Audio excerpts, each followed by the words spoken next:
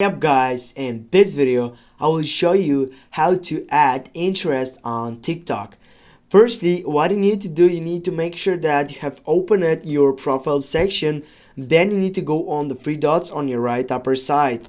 Then you need to go for settings and privacy, and you need to scroll down and go for content preferences.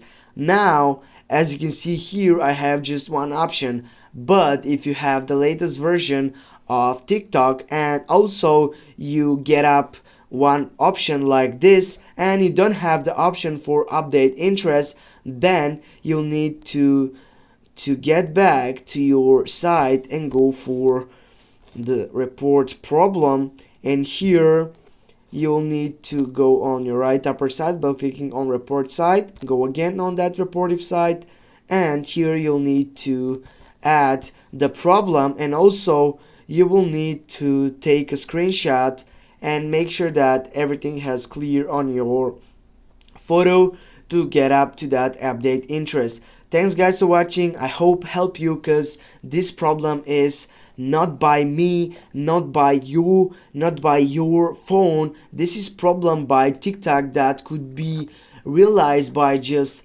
getting them know, which you can go and report your problem.